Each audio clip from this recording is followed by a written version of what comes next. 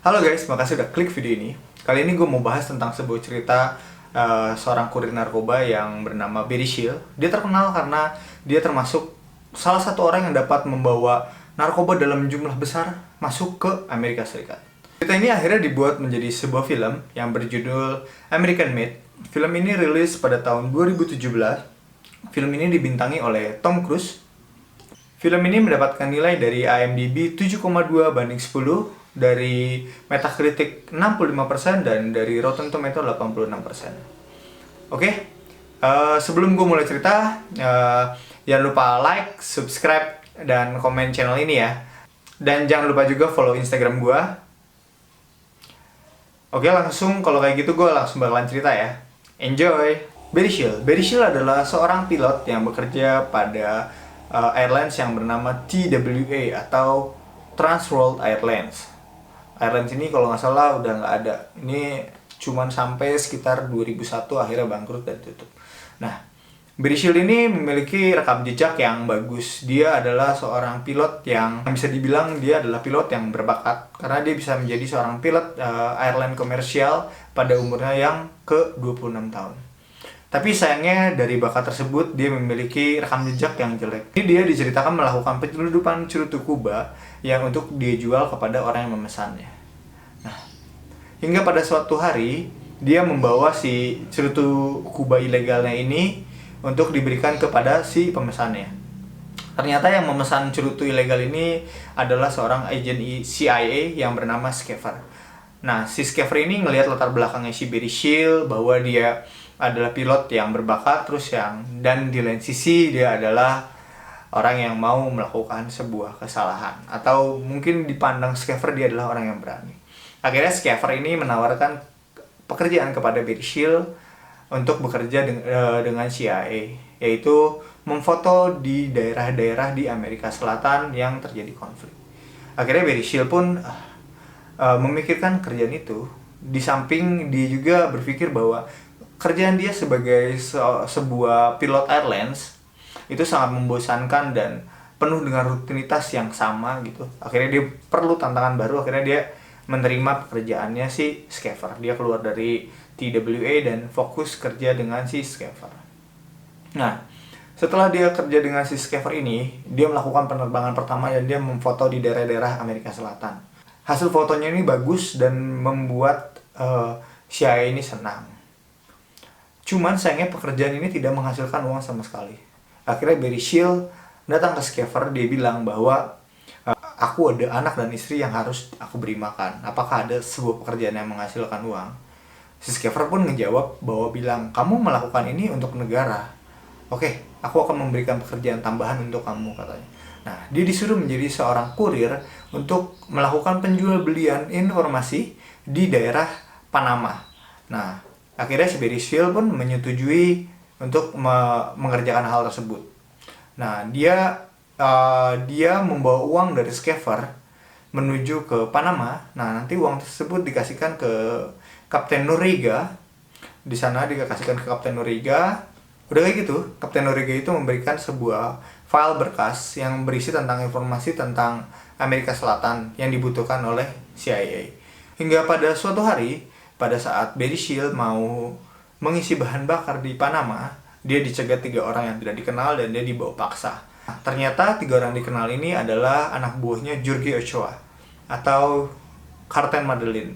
Kalian pasti tahu lah, kalau udah Jorge Ochoa, Cartel Medellin pasti ada hubungannya dengan Pablo Escobar. Betul. Nah, film ini tuh ada hubungannya dengan Pablo Escobar. Jadi si Jorge Ochoa ini menawarkan kerjasama kepada si Barry Shield. Akhirnya si Barry Shield ini dibawa ke ladang kokain milik si Cartel Medellin tersebut. Nah, di sana dia ketemu dengan Pablo Escobar. Nah, dia ditawari pekerjaan yaitu membawa kokain menuju ke Amerika Serikat. Karena mereka bilang bahwa kita sudah melakukan berbagai cara, kita sangat sulit mengekspor kokain ke Amerika Serikat. Dia diupah sama Pablo Escobar itu diberikan per 1 kilogram itu dia diberikan uang sebesar $2.000. Di satu sisi, si Barry Shield cukup tertarik dengan uang tersebut. Tapi di sisi lain juga bahwa memasukkan barang terlarang dari satu negara ke negara lain itu kan adalah perbuatan yang salah. Nah, di sini Pablo Escobar juga mengancam bahwa kalau Berisyl tidak mau melakukan itu, Berisyl akan dibunuh. Akhirnya Berisyl setuju, mungkin dalam tanda kutip, antara dipaksa dan dia butuh, dan ya akhirnya setuju. Akhirnya si Berisyl menyetujui untuk membawa si kokain ini masuk ke Amerika Serikat. Nah, sekali dia bawa terbang itu dia membawa sekitar 200 kg kokain. Dia terbang dari Kolombia menuju ke Miami. Nah, di sana kan nggak mudah tuh bawa barang terlarang, apalagi kan masuk ke Amerika Serikat. Nah, dia untuk si Berisyl ini pinter. Jadi saat dia masuk ke Amerika Serikat, dia masuk melalui penambangan minyak lepas pantai. Jadi pas dia masuk itu, pas radar ngecek, oh ada pesawat asing nih. Tapi kan di penambangan lepas pantai itu, penambangan minyak lepas pantai itu kan banyak helikopter lalu lalang kan. Jadi dia menyamarkan, dia dengan terbang rendah menyamarkan bahwa ini helikopter katanya. Oh, ini hanya sebuah helikopter. Jadi radar pun tidak menyangka bahwa ini adalah pesawat yang membawa 200 kg kokain. Akhirnya Berisyl pun lolos, terus dia menjatuhkan si kokain itu di rawa-rawa yang akhirnya diambil oleh anak buahnya Pablo Escobar.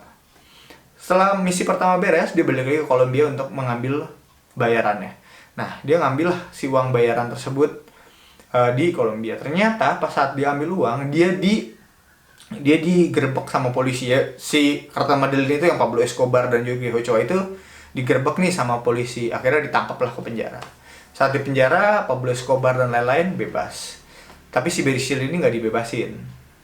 Nah, udah kayak gitu, tiba-tiba Schaeffer datang.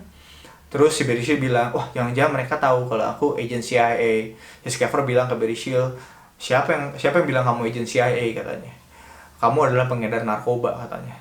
Terus si Schaeffer juga bilang bahwa permasalahan ini sudah sampai ke Indianapolis, di mana Indianapolis itu adalah tempat tinggalnya si Berisyl, bahwa katanya besok pagi jam 6 istrinya dan semua istrinya itu bakalan dijemput paksa sama polisi buat diintegrasi katanya. Nah, udah kayak gitu, terus si Berisyl bilang, bagaimana kamu bisa mengeluarkan aku dari sini? Si Schaeffer pun menawarkan pekerjaan lain ke si Berisyl. Si Berisyl pun setuju dengan pekerjaan tersebut walaupun belum diungkapkan pekerjaannya apa. Yang penting dia bisa keluar dari penjara. Akhirnya si Schaeffer ngeluarin Berisyl dari penjara, dan si Berisyl terbang ke Indianapolis, dari Kolombia ke Indianapolis menyelamatkan keluarganya. Si Schaeffer ini sudah nyiapin sebuah rumah, lahan, bahkan sebuah airport di daerah Arkansas Mena untuk keluarganya Berisyl. Si Berisyl pun akhirnya bertemu lagi sama Schaeffer dari Arkansas Mena. Dia dibawa ke airport yang sudah dikasihin ke Berisyl. Si Schaeffer ini bilang bahwa pekerjaan kamu adalah membawa senjata sitaan dari Israel ini untuk dibawa ke daerah Nicaragua untuk mempersenjatai kontra untuk melakukan perang katanya. Ya mau nggak mau kan, karena udah dibebasin dari penjara, akhirnya si Berisyl setujulah melakukan itu. Akhirnya Berisyl pun melakukan penerbangan membawa senjata itu ke daerah Nicaragua. Setelah si Berisyl ini bawa ke Nicaragua, ternyata di Nicaragua ini orang-orangnya sama sekali tidak tertarik dengan senjata yang Berisyl bawa. Dia malah melucuti kayak kacamata, sepatu, dan barang lain-lain yang punya Berisyl itu dia diambilin gitu. Sampai akhirnya si Berisyl balik lagi lah ke si Arkansas, terus dia bilang ke Schaeffer, Schaeffer mungkin kamu salah orang kali. Orang-orang di Nicaragua itu tidak mau berperang. Mereka hanya ingin perdamaian. Tapi Schaeffer kekeh dengan niatnya. Kita tetap disuruh si Berisyl ini bawa senjata ke daerah si Nicaragua. Akhirnya si Berisyl ya udahlah setuju dia bawa senjata. Nah, di penerbangan keduanya, Berisyl membawakan sebuah hadiah untuk orang-orang si Nicaragua itu, atau mereka sebut diri mereka itu kontra.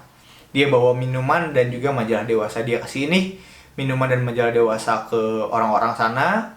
Terus akhirnya dia bawa senjata, kali dia kasih senjata. Tiba-tiba pada saat itu Jorge Ochoa datang. Dia pergi bersama seorang yang bernama Don Alfredo. Dia bilang, si Jorge Ochoa ini bilang bahwa si Don Alfredo ini adalah orang yang merevolusi suruhan dari negara kamu. Katanya menyadari bahwa kontra tidak mau berperang, kontra hanya ingin menghasilkan uang, dan Cartel Medellin sangat ingin mempunyai senjata. Akhirnya si Jorge Ochoa mengidekan pada si Berisyl, bagaimana kalau kita menukar katanya. Kalau senjata itu dikirim ke Kolombia dan kokain itu dikirim ke sini untuk dijual. Karena Berisyl hanya seorang kurir, akhirnya Berisyl ya setuju-setuju aja. Nah, udah kayak gitu, akhirnya dibikin rute lah. Berisyl berangkat dari Arkansas Mena menuju Kolombia membawa senjata untuk Cartel Medellin. Nah, dari Kolombia dia membawa kokain menuju Nicaragua untuk dijual, udah kayak gitu. Dari Nicaragua dia ke Panama untuk isi bensin, tentunya dalam perlindungan si Kapten Noriega yang tadi gue cerita di awal itu, yang jual beli informasi itu kan. Nah, dari Panama dia balik lagi ke Amerika Serikat. Karena di sini usahanya semakin besar, akhirnya Berisil berpikir untuk merekrut 4 orang lagi. Nah, si Berisil merekrut 4 orang lagi untuk melakukan penerbangan yang sama kayak tadi. Jadi pekerjaannya Berisil itu dia berangkat dari Arkansas Mena, bawa senjata ke Kolombia. Dari Kolombia dia berangkat ke Nicaragua, yang ambil kokain ke Nicaragua. Nah, dari Nicaragua dia taruh kokain, terus dia isi bensin di Panama, terus dia masukin kokain lagi ke Miami. Dengan 5 pesawat sekaligus. Bisa bayangin gak sih? Kalau per kilonya $2.000, berapa yang Berisil hasilin pada saat itu? Tiba-tiba si Schaefer tuh datang ke Arkansas Mena di airportnya si Berisil ini. Udah datang si Schaefer ini bawa kayak alat untuk ngebangun gitulah, sama peralatan untuk pelatih perang. Dia bilang dia minta bahwa si Berisil membawa orang-orang kontra ke Arkansas Mena untuk dilatih perang. Akhirnya Berisil berhasil membawa sekitar 916 orang untuk dilatih perang di Arkansas Mena. Karena uangnya didapat Berisil yang tadi gue bilang itu kan, dia banyak banget tuh yang uang dia dapat. Akhirnya si Arkansas Mena ini yang penduduknya kurang dari 5.000 ini, perputaran uangnya tumbuh dengan sangat pesat. Pertama tiba-tiba muncullah bank-bank apa segala macam, terus perusahaan investment. Nah, saking uangnya udah nggak ke banyak banget nih, udah nggak tahu di mana, si Berisil nimbun uangnya di tanah, ditaruh di rak sepatu, ditaruh dimanapun. Si Berisil yang ada tuh dia gali ini, dia gali sana, dia gali situ lah, untuk nyembunyiin uangnya. Nah, ternyata ini buat FBI curiga. Kenapa di daerah si Arkansas Mena yang jumlah penduduk hanya 5.000, kok bisa ada perputaran uang segini besarnya? Akhirnya FBI meneliti ada apa sih sebetulnya di daerah tersebut. Oke. Nah, di sini nih kesialan si Berisil nih mulai terjadi. Jadi di rumahnya itu ceritanya ada adik istrinya yang tinggal bareng yang bernama GB. Nah, si GB ini kan tampilannya agak rebel gitu kan, agak kayak preman-preman gitu, kayak orang pakai narkoba segala macam. Nah, ceritanya dia ngambil uang yang punya si Berisil itu satu koper, terus dia bawa mobilnya, terus dia mau makan di restoran. Ternyata pas makan di restoran ada seorang polisi yang lagi makan di situ. Nah, si polisi ini nih curiga nih sama si GB. Nah, si GB takut sama polisi, tiba-tiba dia lari bawa koper uang tersebut. Nah, si polisi nangkap dia dengan uang dengan jumlah besar. Jadi polisinya curiga, akhirnya si GB ini pun ditangkap. Nah, saat ditangkap kan pada saat itu kan si FBI itu lagi meneliti si Arkansas Mena ini kan. Nah, akhirnya si FBI ini nanya-nanya lah ke si GB.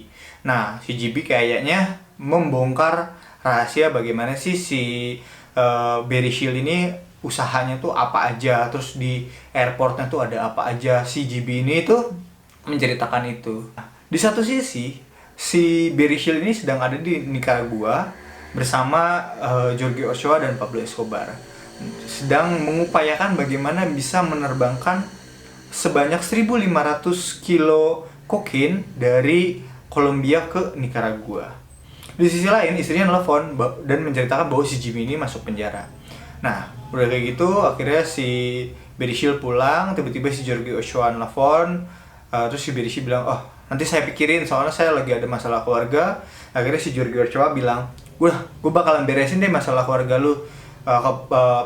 Adik istri lu ditangkap polisi kan, bakalan keluar bentar lagi. Bener ditolongin sama Jorge Ochoa, dia keluar dari kepolisian. Terus si Jorge Ochoa juga bilang bahwa gue udah nyiapin mobil dan uang buat adik lu katanya. Akhirnya si GB dibawa ke tempat checkpointnya, dia bawa uang dan bawa mobil, dan ternyata di mobil itu sudah ditaruh bom. Dan akhirnya si GB pun meninggal. Nah, setelah itu masalah bertubi-tubi datang ke si Berisil. Jadi setiap kali Berisil mencoba terbang dari Arkansas Mena ke Kolombia, terus balik lagi ke Arkansas Mena ini, dia diikutin sama polisi dengan menggunakan pesawat terbang. Tapi lagi-lagi dia selalu lepas lah dari situ. Nah, di lain pihak, CIA itu menerima laporan bahwa senjata yang dikirim buat kontra itu yang di Nicaragua yang tadi gitu, itu tidak nyampe ke sana. Malah itu nyampenya ke Kolombia. Terus orang-orang kontra yang tadi dibilang dibawa ke mana untuk dilatih perang di Arkansas Mena itu malah tidak ada yang malah setengahnya itu kabur dan hanya setengahnya lagi yang bisa dikembaliin ke kontra untuk berperang. Si CIA memutuskan untuk case close si Barry Shield ini. Jadi semua file, semua yang berbau tentang Barry Shield di CIA itu dimasukin ke dalam kantong untuk dibakar. Setelah nggak lama dari itu, Schaefer ninggalin si Barry Shield. Barry Shield sudah tidak ada dukungan dari CIA lagi. Akhirnya si Barry Shield ini ditangkap di airportnya.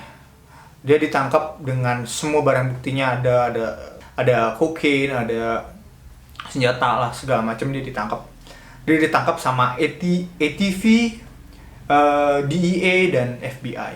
Akhirnya dibawa ke pengadilan wilayah. Nah, pada saat dibawa ke pengadilan wilayah ini, lagi-lagi si Barry Shield ini bisa lolos. Nah, kali ini Barry Shield nggak tahu siapa yang ngelepasin dia.